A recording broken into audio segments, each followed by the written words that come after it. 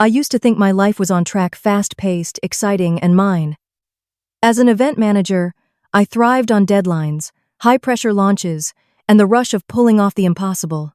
My dream was simple but burning. Open my own agency, and finally work for myself. But all of that changed the night I got the call. My husband, Daniel Miller, had been in a car accident. The doctors said the damage to his spinal cord was severe, that he might never walk again. I remember gripping the side of his hospital bed, telling him I'd be there no matter what. I meant it. I had no idea what "no matter what" would come to mean. Before we continue, please subscribe to the channel and let us know where you're listening in the comments. For the next 4 years, my world shrank to the size of our home and the wheelchair Daniel sat in. Every morning began the same, lifting him from the bed, helping him into the shower, making sure his clothes were clean and pressed. I learned how to navigate narrow hallways with a wheelchair, how to prepare meals balanced on my forearm while guiding him with my other hand, how to keep my voice calm even when exhaustion clawed at me. My career faded in the rearview mirror, first on pause, then gone entirely. Friends stopped calling as my excuses piled up, and soon the invitations disappeared. I told myself this was love, sacrifice was love. But love didn't always feel like this. Daniel had grown sharper, more demanding. He'd call me from the next room if his water glass was half empty or if the television remote was just out of reach. If I sighed, his eyes would narrow, and he'd remind me, "You said you'd take care of me." And I had. I did. Every day. I just didn't recognize myself anymore in the reflection that stared back from the bathroom mirror, hair thrown up, dark circles under my eyes, wearing the same worn t-shirts I'd grabbed from the laundry basket. Then there was Margaret Miller, my mother-in-law. Margaret visited often, always arriving with a scrutinizing gaze that swept over the house, the meals, my clothes. She'd tilt her head and smile in a way that wasn't kindness. A wife's duty is to make her husband's life easier. She'd remind me, as if I didn't already live that truth from sunrise to midnight. If Daniel so much as hinted at discomfort, Margaret would pull me aside. "He's been through so much, Hannah. Don't abandon him now. What kind of wife would that make you?" The kind who wanted to breathe, I thought, but I never said it aloud. Instead, I nodded, offered tea, and swallowed whatever words might betray the fact that I was drowning. Looking back, those years feel like a blur of caregiving and quiet erasure, where my needs stopped existing somewhere between the morning medications and the nightly back rubs to keep his muscles from stiffening. I told myself it was temporary. I told myself this was what marriage meant. I told myself a lot of things. I used to think the hardest part of Daniel's condition was the physical work, lifting him from his wheelchair to the bed, helping him bathe, cooking meals that fit his dietary restrictions. But I learned quickly that the real weight was in the quiet, constant control he had over every inch of my life. It started small. In the early months after the accident, I handled all the bills while Daniel recovered. But somewhere along the line, he decided it was less stressful if he took over the finances. He said it with such care in his voice, like it was a favor to me. I didn't realize it was the first step in cutting me out of every financial decision. Soon, I was given a fixed amount of cash each week, for groceries and essentials, he said, counting the bills out at the kitchen counter as if I were a child being handed lunch money. If I needed more, say, to replace a broken coffee maker or buy a pair of shoes when mine wore through, I had to ask, and he'd frown, questioning every dollar. It wasn't about the money itself. It was about the slow erosion of my independence. I could feel my autonomy slipping through my fingers, but I told myself it was temporary. My appearance changed without me noticing, at least not at first. When you're spending every waking hour managing someone else's needs, there's no room for your own. I'd throw my hair up in a knot because I didn't have time to style it. My jeans were faded and stretched from years of wear, my shirts soft from too many washes. Daniel noticed, though. He noticed every little thing. "You've really let yourself go, Hannah," he'd say casually, flipping channels on the television. "You used to care about how you looked. Now, you look tired." The words landed like stones in my stomach, heavy and unmovable. I wanted to tell him that tired was inevitable when you're working around the clock for someone who never says thank you, but instead I bit my tongue. Fighting back would only make the day longer. The only person who still really knew me, was Chloe Patterson. Chloe and I had been inseparable in college, staying up late in our dorm room, making big plans for the lives we'd live. She'd gone on to work in PR, traveling, meeting people, building a life that looked like the one I used to imagine for myself. She called me every week without fail, even when I didn't have much to say. "You sound exhausted," she'd tell me, her voice soft but insistent. "You need to take a break, hon. Even just a weekend. I'll come stay with him. Or better yet, hire a nurse for a few days. You can't do this all alone." I'd smile, even though she couldn't see me, and tell her the same thing I always did. Daniel needs me. No one knows his routine like I do. It was true, at least in my mind. I'd memorized every detail of his care, how he liked his coffee, the exact angle to adjust the pillows to avoid back pain, the timing of his medications down to the minute. The idea of letting someone else take over felt like failure, like breaking the promise I'd made when he was lying in that hospital bed, scared and broken. Chloe would sigh, but she never pushed too hard. She knew I wouldn't budge. But the truth was, it wasn't just about Daniel needing me, it was about me needing him to need me. Somewhere in the years of caregiving, I'd lost sight of where he ended, and I began. Without his constant demands, I wasn't sure who I was anymore. My identity had been boiled down to this one role: the devoted wife, the caretaker, the one who never left his side. The isolation was its own kind of prison. I stopped going out except for errands. Friends drifted away when I declined too many invitations. Even my family, who lived several states over, grew distant, their calls less frequent. It was easier to avoid the awkward explanations of why I couldn't visit, why I couldn't get away, why my life had shrunk to the size of Daniel's shadow. The walls of our house became the edges of my world, and inside those walls, everything revolved around him. Margaret's visits didn't help. She had a knack for showing up unannounced, sweeping into the house like she owned it, her sharp eyes scanning every corner for dust or disorder. If she found something out of place, a wrinkle in the curtains, a spot on the counter, she'd point it out with a cluck of her tongue. "You have to stay on top of things, Hannah. Daniel needs a clean environment." It didn't matter that I cleaned every day, that I worked myself to exhaustion keeping the place spotless. It was never enough. She'd corner me in the kitchen, her voice low but firm. "He's lucky to have you, but you can't let yourself get complacent. Men need to be reminded why they fell in love with you." I'd nod, my jaw tight, knowing there was no right response that would satisfy her. Every conversation with Margaret left me feeling smaller, as if she were carving pieces away until there was nothing left but the shell of the woman I used to be. And Daniel, he didn't stop her. Sometimes he even agreed. "She's right, you know," he'd say after Margaret left. It wouldn't hurt to try a little harder. I'd go to the bathroom and lock the door, not because I needed to use it, but because it was the only place I could be alone for a few minutes. I'd lean against the sink, staring at my reflection, and wonder if maybe they were right. Maybe I had let myself go. Maybe I wasn't enough anymore. The days blurred together, one long loop of care and criticism. Wake up, tend to Daniel. Clean, cook, repeat.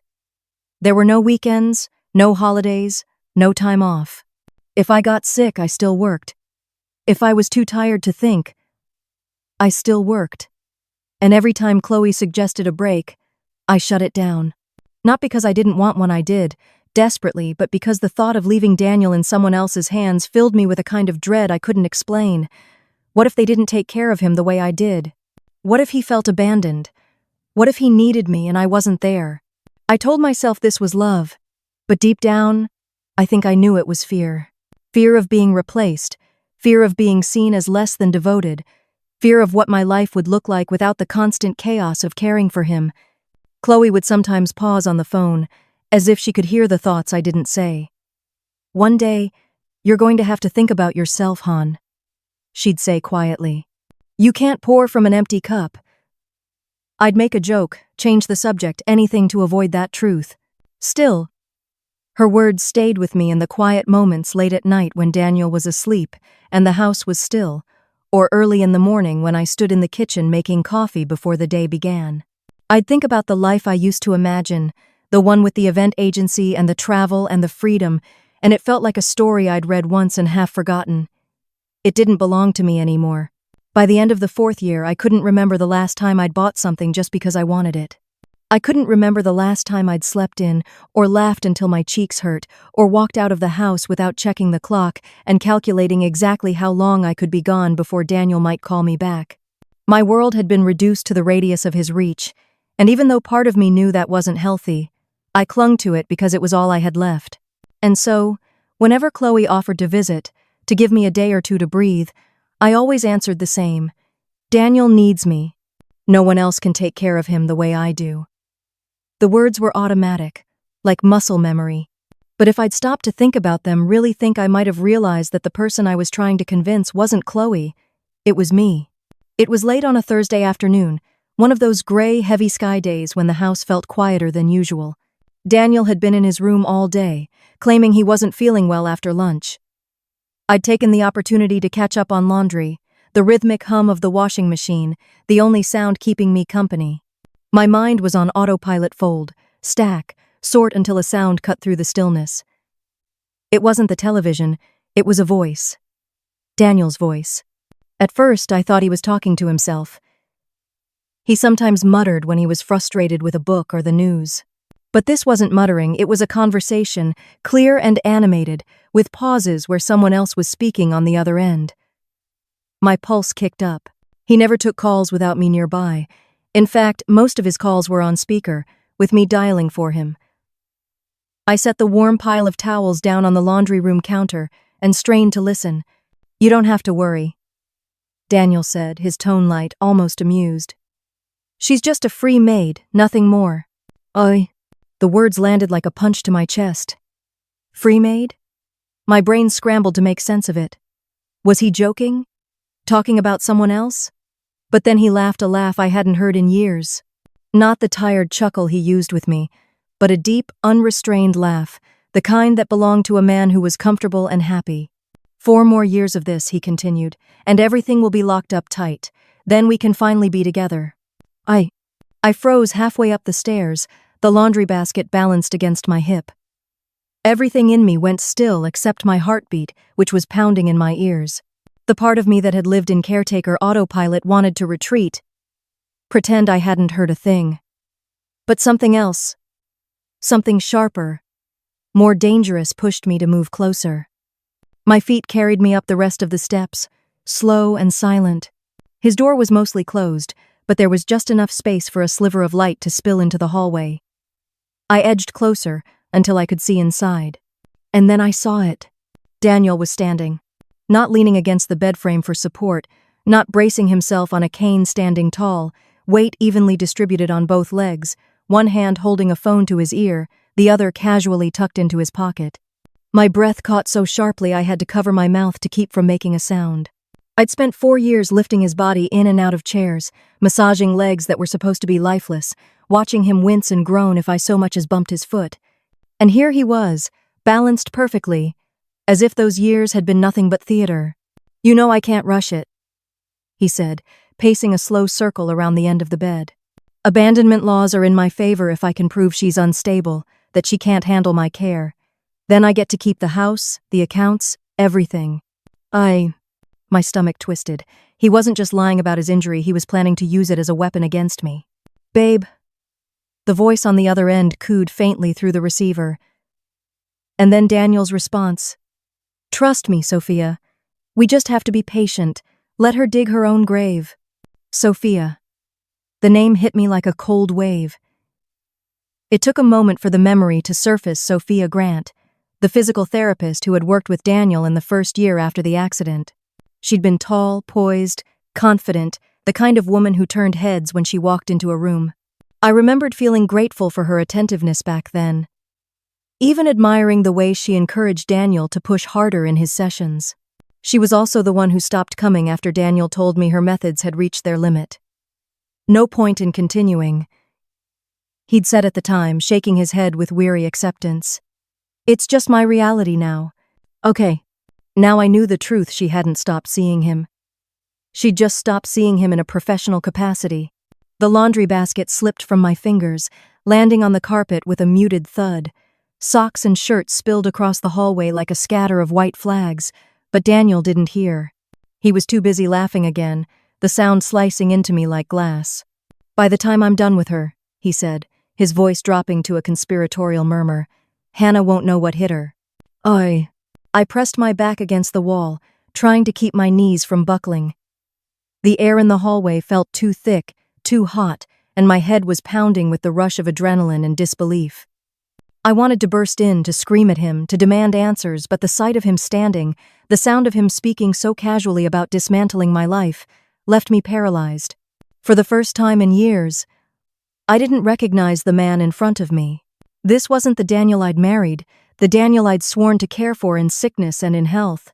This was a stranger who wore my husband's face and voice, but none of his humanity.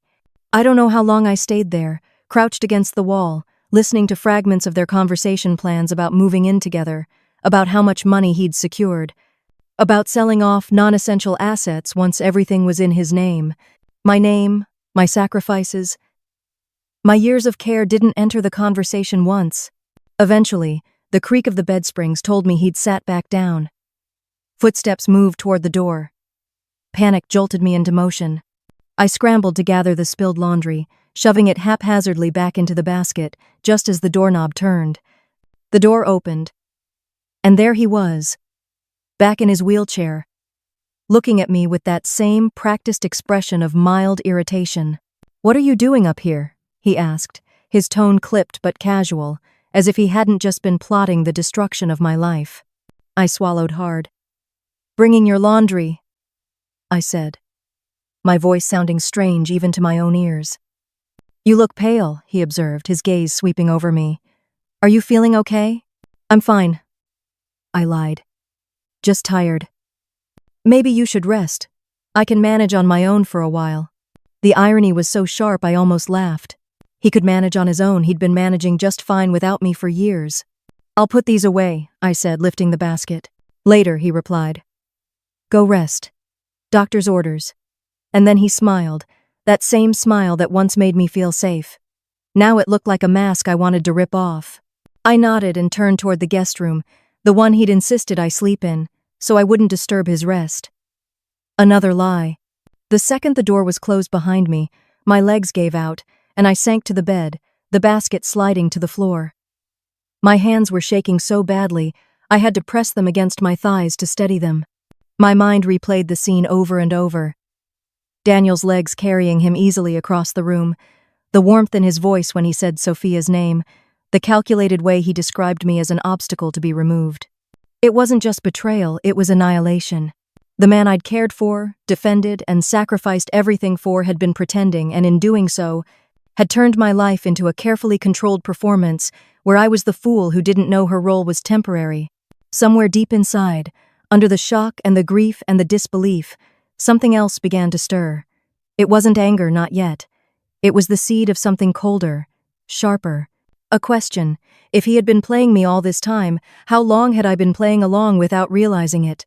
And just like that, for the first time in 4 years, I didn't feel powerless. I felt dangerous.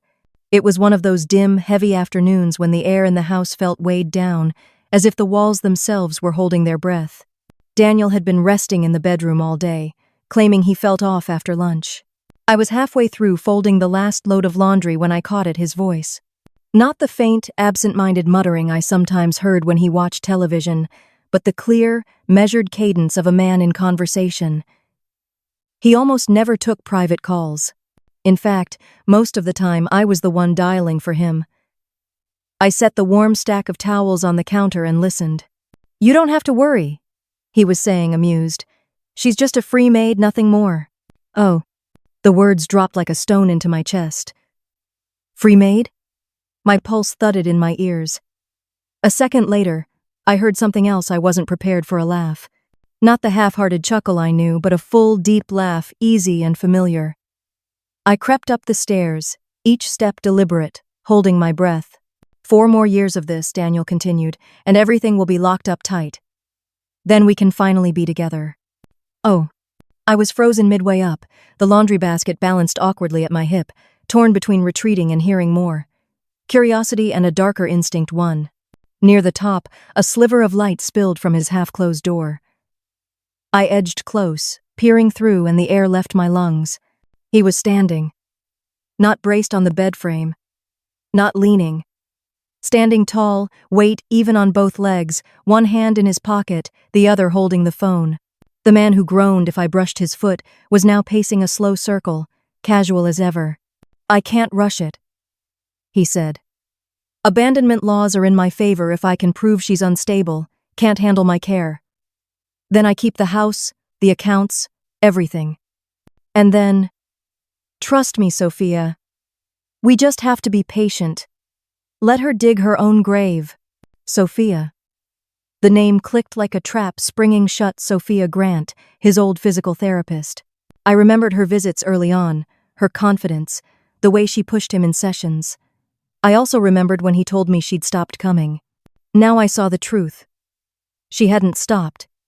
She'd just moved into a different role in his life.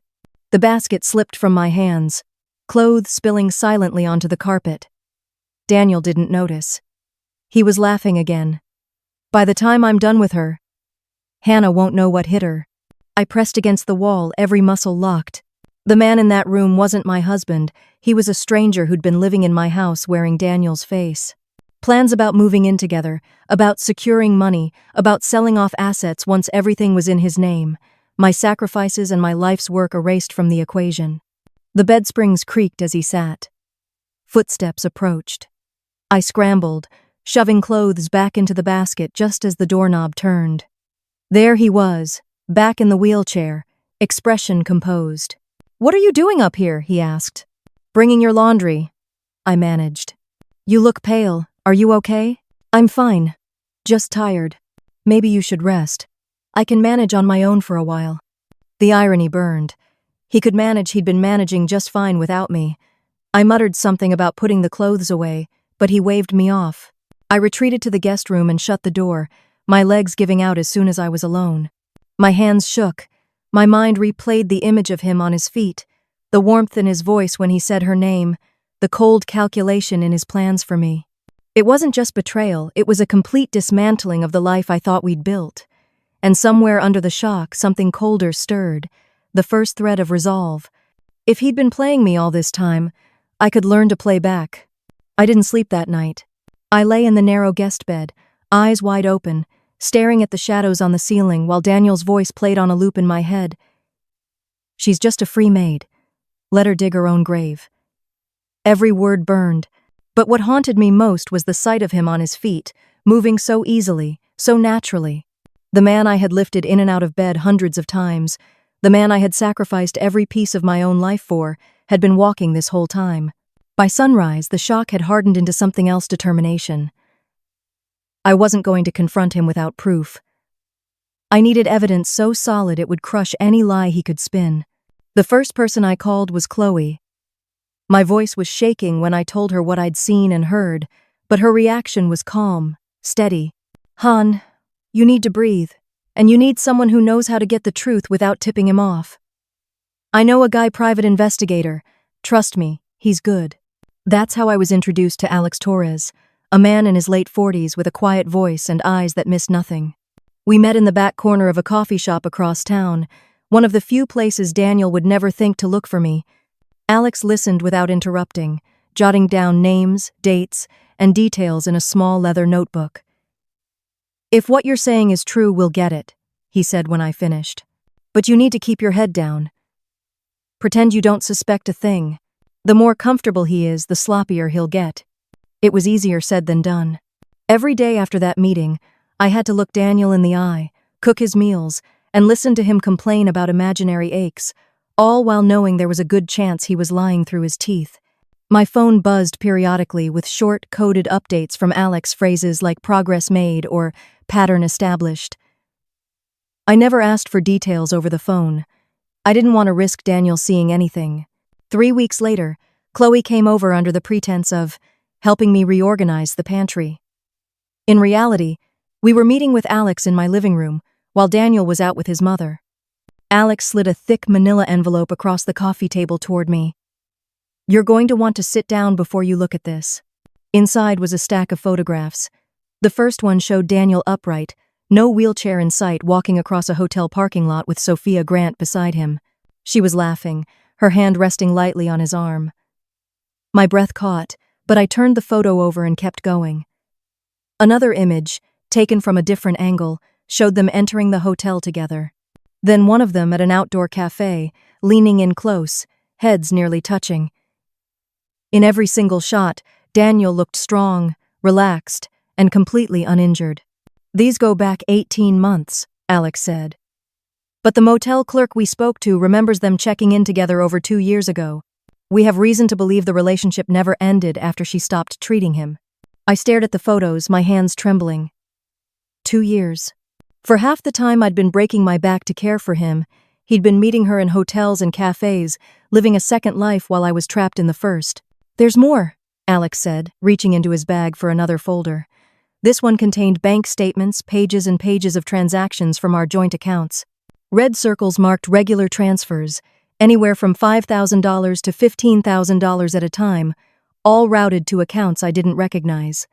"Over the last 3 years," Alex explained, "he's moved close to $300,000 into offshore accounts. The destinations vary, Swiss banks, Caribbean holding companies, but the pattern is the same. It's deliberate, systematic. He's been draining your shared assets without your knowledge." My throat felt dry.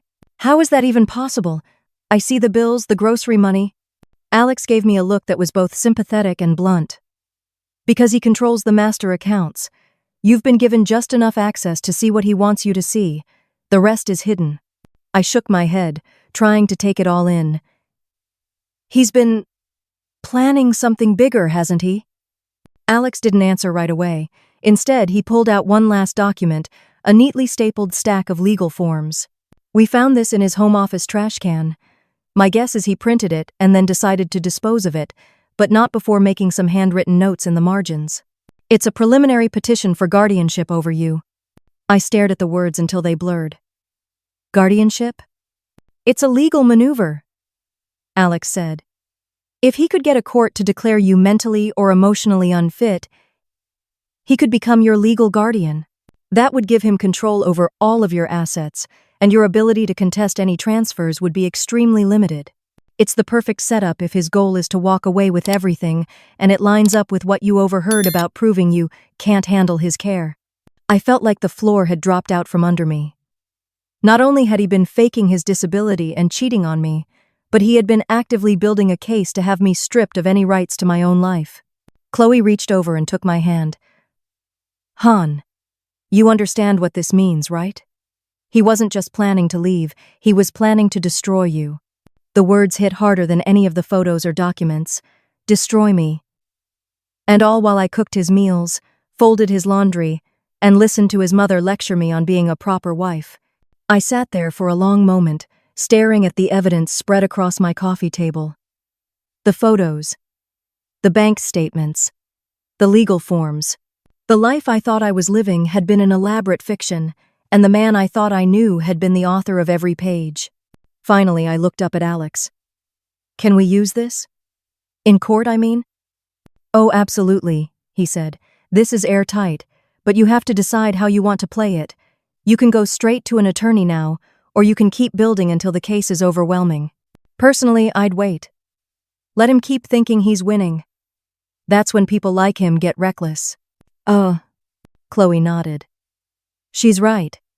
You've been playing the role of the dutiful wife for years. Keep playing it a little longer. We'll set the stage, and when the curtain drops, he won't even see it coming." It was a plan that required patience, a commodity I hadn't realized I'd mastered until now.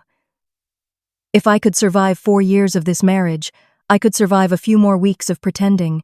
The thought of smiling at him over dinner while knowing exactly what he'd been doing made my stomach twist, but it also gave me something I hadn't felt in a long time. Control. We spent the next hour discussing logistics. Alex would keep trailing Daniel, documenting his movements, and digging for any other accounts or assets. Chloe would help me find a lawyer who specialized in financial abuse cases. My job was to act normal, to cook, clean, and care for him exactly as I always had, all while taking careful notes about every interaction, every suspicious call, every small slip in his performance. When Daniel returned that evening, I was in the kitchen stirring a pot of soup. He wheeled in, smiling faintly. "Smells good," he said. I turned, ladle in hand, and forced a smile. "Your favorite. Thought you could use a little comfort food." If he noticed anything different in my tone, he didn't show it.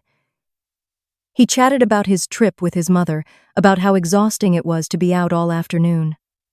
I nodded and murmured the right responses, hiding the fact that I knew exactly where he'd really been and with whom.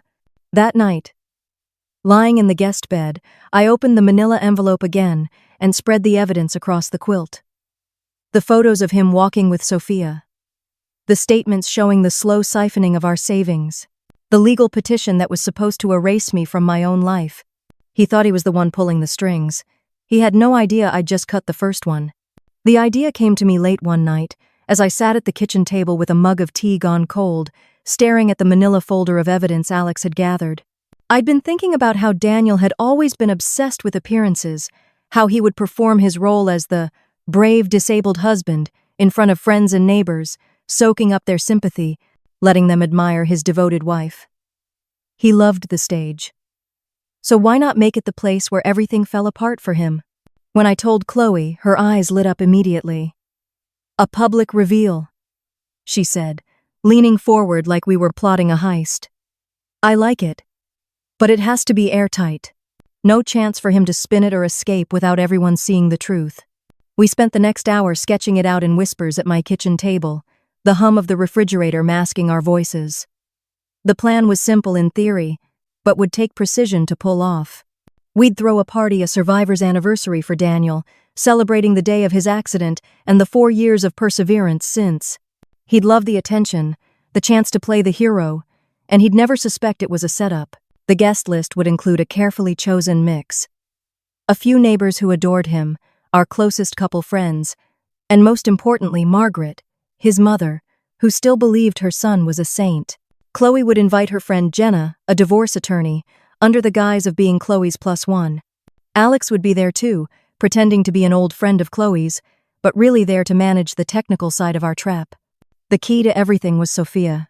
She had to show up unexpectedly, thinking Daniel would be alone. That meant baiting her without making Daniel suspicious. We decided Chloe would be the one to engineer that part, creating a believable scenario that would make Sophia think it was safe to visit him during the party. "She thinks she's smart," Chloe said. "But she's arrogant. If she thinks you're out of the picture, she'll walk right into it." Then, Alex would install discreet recording devices in the living room, one hidden in a potted plant, another disguised as a picture frame. There would also be a tiny camera embedded in a bookshelf, aimed perfectly to capture the front door and Daniel's reaction when Sophia arrived. The plan was to record every moment, so even if some guests missed the details in the chaos, we'd have undeniable proof. For the next 2 weeks, I played the part of the excited, dutiful wife planning a celebration. I gushed to Daniel about how it would mean so much for everyone to gather and honor how far we've come. He resisted at first, said he didn't like being the center of attention, but I knew how to play to his vanity. "You inspire people, Daniel. They should see how strong you are," I told him, letting my voice soften just enough. By the end of the conversation, he was pretending to give in reluctantly, but I could tell he was already imagining the speeches and compliments. Chloe and I coordinated behind the scenes like we'd been doing this all our lives. She handled the guest list and covered for me when I needed to meet Alex to finalize the tech setup.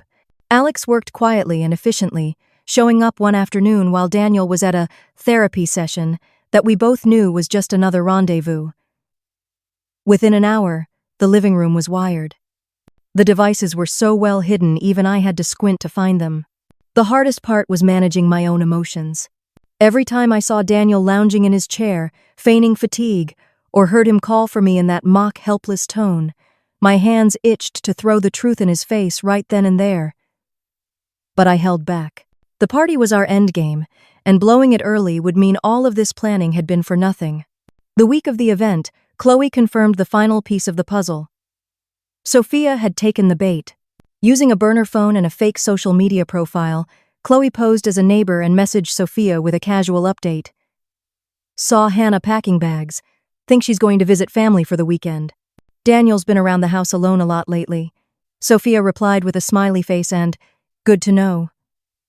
That was all we needed. On the morning of the party, I woke up early and went through the motions like it was any other day, made breakfast, laid out his clothes, laughed at his small talk. But inside I was electric. This was the last day I'd have to pretend. I cooked his favorite dishes, set out flowers, and arranged the seating so that everyone would have a clear view of both Daniel and the front door. By 2:00, the guests started arriving. Margaret swept in first, carrying a casserole and wearing the kind of bright floral dress she thought made her look warm and approachable.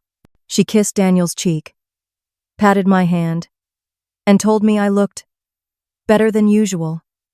I smiled and thanked her, because in a few hours she'd be eating those words.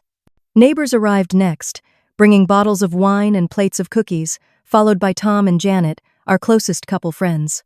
They all clustered around Daniel, showering him with praise for his courage and positive attitude. I floated between the kitchen and living room, smiling, refilling glasses, and making sure my expression stayed perfectly neutral. Chloe arrived with Jenna, introducing her as an old college friend visiting from out of town. Jenna played the part beautifully, chatting with guests, and even asking Daniel about his recovery process. Alex stayed mostly in the background, but I caught him checking the angle of the bookshelf camera once or twice, making sure everything was ready. At 4:30, the trap would spring. That was when Sophia was expected to arrive, thinking she'd find Daniel alone and ready for her. I made sure to be in the kitchen at 4:25, giving her space to enter without warning. At exactly 4:31, the sound of the front door opening carried through the house. Conversations paused, heads turned. And then Sophia stepped inside, her heels clicking against the hardwood, her eyes scanning the room. For a split second, she looked confused. This wasn't the private rendezvous she was expecting. Then her gaze landed on Daniel, and her lips parted in something between surprise and panic. I walked out of the kitchen, carrying a plate of appetizers, my expression calm. "Oh," I said, feigning mild surprise. "Sophia. What a nice surprise." Every eye in the room swung toward Daniel, whose face had drained of color. "This is, my former physical therapist," he stammered. "Former?" I repeated, my voice pleasant but edged with steel. "That's interesting. She still has a key to our house. Must be some very dedicated aftercare." Huh. Sophia's gaze darted toward the door, but Tom had already stepped subtly into her path, his arms crossed. The room was dead silent except for the soft whir of the ceiling fan. And then, right on cue, Alex's voice broke in from the corner, smooth and professional. "For everyone's clarity, we've been recording this evening. What happens next will be part of a legal case." Daniel shifted in his chair, his hands gripping the armrests. I could see the calculation in his eyes: fight, deny, run, but he was trapped. Sophia was frozen in place. The guests were watching, and every second was being documented from 3 different angles. I let the silence stretch for a moment longer, savoring the way it made Daniel squirm. Then I said, "Daniel, why don't you tell everyone here about your latest progress in recovery? Maybe even give us a demonstration?"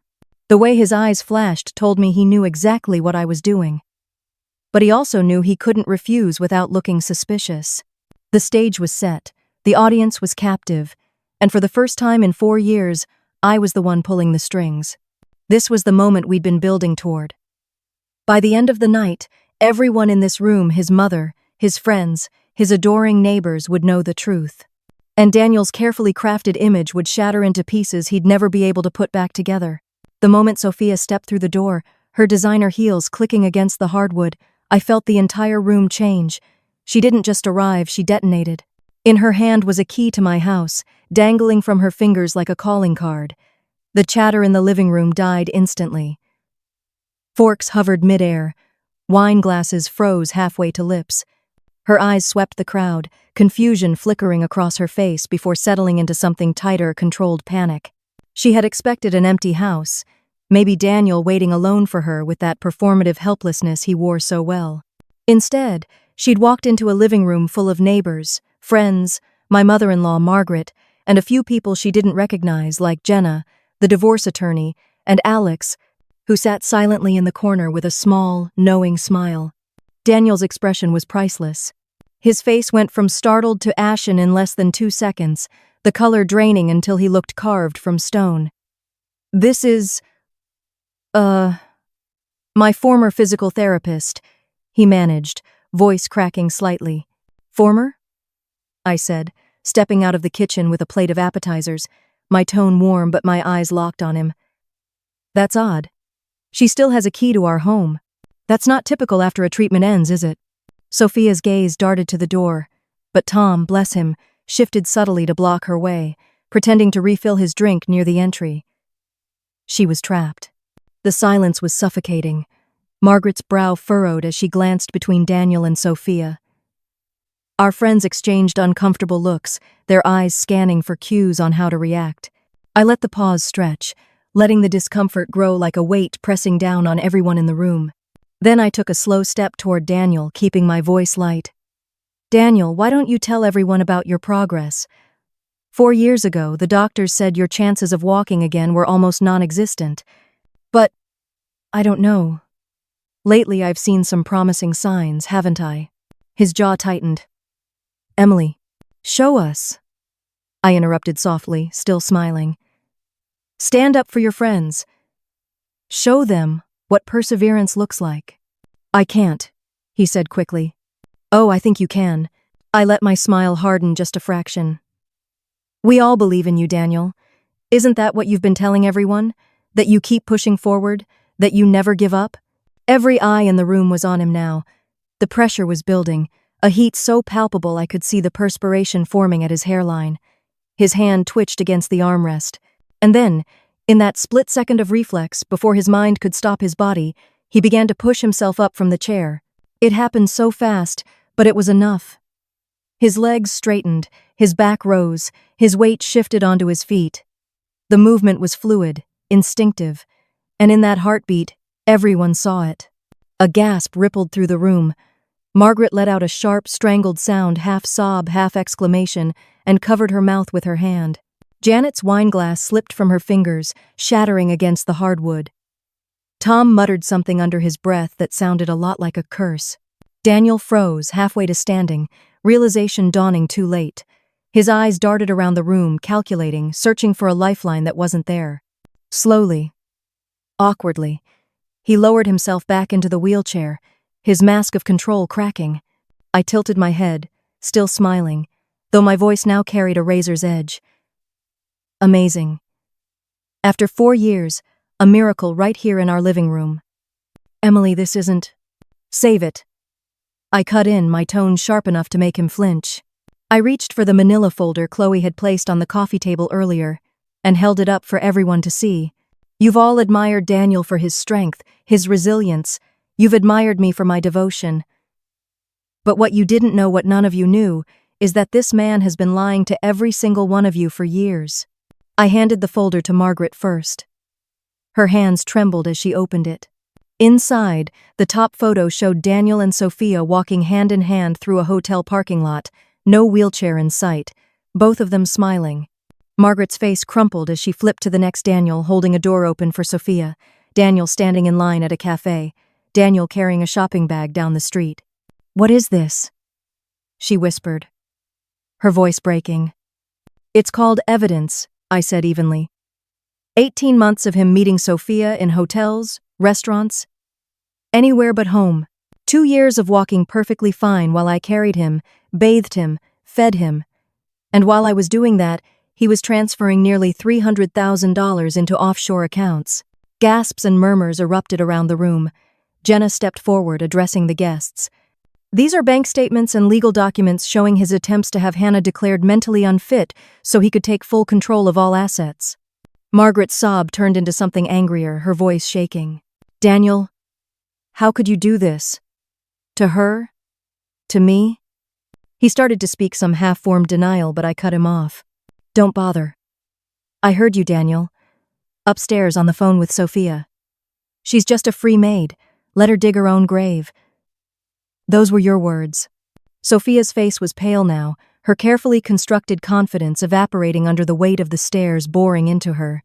She opened her mouth as if to say something, then thought better of it and looked down. Around the room, people's faces shifted from shock to disgust. Tom shook his head. Janet muttered, "Unbelievable." One of our neighbors whispered something to her husband, her lips tight with fury. I stepped closer to Daniel, lowering my voice but making sure everyone could hear. "You underestimated me. You thought I'd never fight back. That I'd keep playing nursemaid while you built your escape plan. But the thing about free help, Daniel, is that it can walk away any time. And in this case, it can take you down with it." With that, I placed the folder into Jenna's hands. "Everything you need for the divorce is in there. File it first thing Monday morning, and send a copy to the DA's office while you're at it. Alex has already prepped the package." Daniel's composure cracked completely. "Emily, please." "No," I said, standing tall. "You don't get to please me anymore." Ugh. The room stayed silent, the only sounds the faint hum of the refrigerator and Margaret's quiet sobs. I turned to the guests, my voice steady. "Thank you all for coming today. I know this wasn't the celebration you expected, but at least now you know the truth." I didn't wait for Daniel to respond. I walked into the kitchen, feeling every pair of eyes follow me. Behind me, the conversations erupted, questions, exclamations, voices rising. Sophia tried to leave, but Tom blocked her until Alex stepped in, introducing himself as an investigator working with my attorney. The two of them escorted her out the front door, cameras capturing every second. By the time I returned to the living room, Daniel sat alone in his chair, shoulders slumped, eyes fixed on the floor. Margaret stood behind him, her hand resting lightly on the back of the wheelchair, not in support, but in judgment. She looked at me and nodded once, a small gesture of solidarity I never thought I'd see from her. And in that moment I knew. Whatever came next, divorce court, criminal charges, rebuilding my life, I'd already won the most important battle. The mask was gone, the lies exposed, and Daniel would never again be able to hide behind the role of the helpless, devoted husband. He'd wanted an audience for his performance. Now he had one for his downfall. The divorce moved quickly, faster than I'd dared to hope. Between Alex's meticulous documentation, Jenna's relentless legal strategy, and the mountain of evidence we'd presented, Daniel didn't stand a chance. His attorney tried every trick in the book: delays, procedural objections, even an attempt to paint me as a vindictive spouse, but none of it stuck.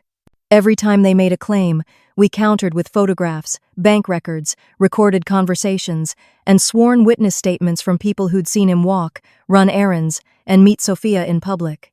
By the third hearing, it was clear to the judge that Daniel wasn't just a liar, he was a calculated manipulator who'd built an elaborate con at my expense. When the final decree came down, I was awarded the house, the bulk of our remaining joint assets, and sole ownership of a few investments I'd started before the marriage. More importantly, the court recognized Daniel's conduct as intentional fraud and financial abuse, which opened the door for a separate civil suit and criminal charges. Watching the court officer slide that paperwork across the table to him was the first time in years I'd felt like I was breathing freely. He kept his eyes down, jaw clenched, the same way he had the night of the party. The man who used to hold court with his charm and helpless smile couldn't meet my gaze anymore. The fraud and abuse charges moved forward, even as the ink dried on the divorce papers. Margaret, to my surprise, testified against him. She spoke quietly but firmly about the shame she felt for defending him, about the day she watched him stand in front of everyone after years of swearing he couldn't. That testimony mattered not just legally, but personally. It felt like closing the last chapter on a toxic bond that had been used to isolate and control me. In the months that followed, I started the slow, sometimes clumsy process of rebuilding my life. At first, I wasn't sure what life even meant for me anymore. My days no longer revolved around Daniel's needs. I didn't have to plan every errand around his schedule, or account for the possibility of him calling me back in a panic if I was gone too long. The silence in the house was unnerving at first, like I'd stepped into an unfamiliar place. But then I started to fill it with music, with the sound of my own laughter on the phone with friends I'd neglected for years, with the hum of my laptop as I worked on something entirely mine. That something became Hannah Miller Consulting. It started small, just me, a laptop and a website I threw together with Chloe's help. But the mission was clear from the start: to help women who had been financially abused, manipulated, or deceived rebuild their lives and regain control over their futures. The first few clients came through word of mouth, women who'd heard about what I'd been through and wanted to know how I'd gotten out. I wasn't a therapist or a lawyer, but I could listen, connect them with resources, and most importantly, believe them when others didn't. It was through one of those early referrals that I met Rachel Owens. The first time she called, her voice shook so much I could barely understand her. She was 28, newly married, and thought her husband had been paralyzed in a work accident a year earlier. "It sounds crazy," she said, "but I think he's lying to me." Oh, the details she shared made my stomach tighten. Her husband, like Daniel, controlled all the money. He gave her small weekly allowances, discouraged her from seeing friends, and insisted she sleep in a separate room so she wouldn't disturb his rest. The clincher was the name, Daniel Miller. She didn't know that when she first reached out to me, but as soon as she described him, I knew. He'd used a different first name, with her going by his middle name, James, but the rest was unmistakable. I felt the old anger surge up, but I kept my voice steady. "Rachel, I believe you, and I know exactly who you're talking about." From that moment, helping Rachel became personal. We met in person 2 days later, in the same coffee shop where I'd first sat down with Alex. She looked like I had in the last year of my marriage, tired, wary, unsure if she was losing her mind or seeing things clearly for the first time. I laid it all out for her. My story, the evidence, the tactics Daniel had used to isolate and control me. I could see the relief in her face as the pieces clicked into place. With her permission, I connected her with Alex and Jenna. Within weeks, they'd built a case even stronger than mine, thanks to the groundwork we already had from my divorce. Daniel, or James, had gotten bolder with her, probably thinking he'd perfected his scam. He hadn't counted on Rachel having someone in her corner who knew exactly how to dismantle it. The day Rachel confronted him, I was there. Not in the room, she wanted to do that part herself, but waiting outside with Alex and a police officer who was ready to serve the protective order as soon as she gave the signal. When she walked out 20 minutes later, she was shaking, but her chin was high. "It's over," she said simply. In the weeks that followed, Rachel stayed in touch. We worked together on a budget, connected her with a support group, and celebrated small victories: her first solo apartment, the first time she bought something without having to justify it to someone else, the first night she slept without checking her phone for a text from him. Watching her reclaim her independence reminded me of my own first steps out of Daniel's shadow. By the time Daniel's criminal trial began, Rachel and I were both ready.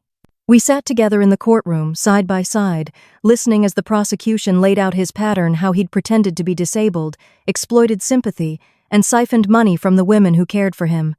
There were others, too, women neither of us had known about until that moment. Each story was a variation on the same theme, each one ending with him richer and them broken.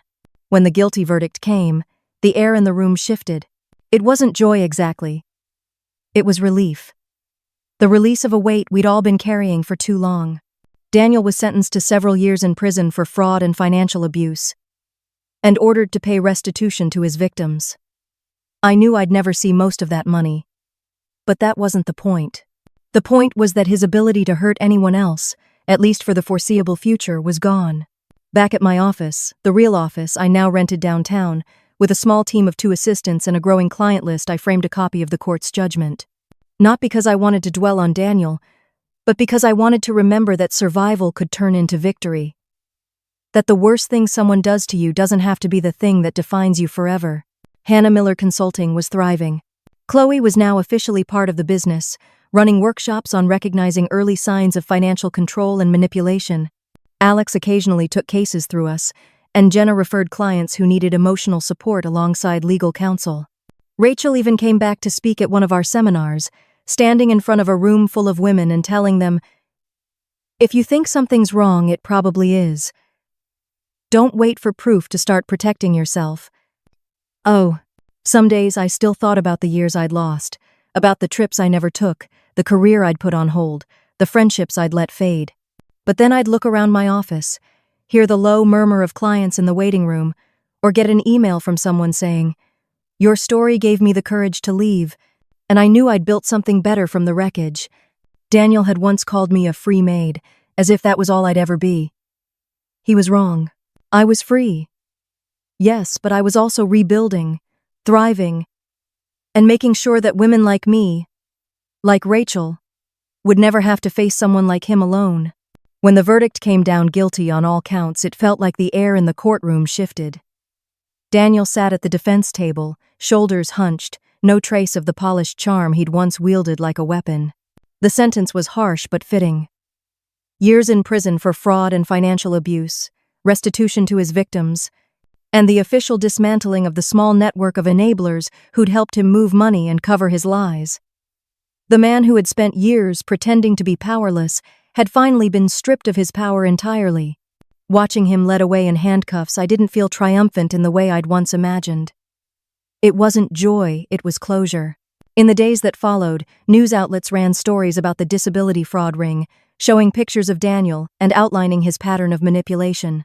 Other women came forward, some I'd never met, who had been targeted or nearly targeted by him. Knowing the chain of harm had been broken was more satisfying than any material win I'd taken from the divorce.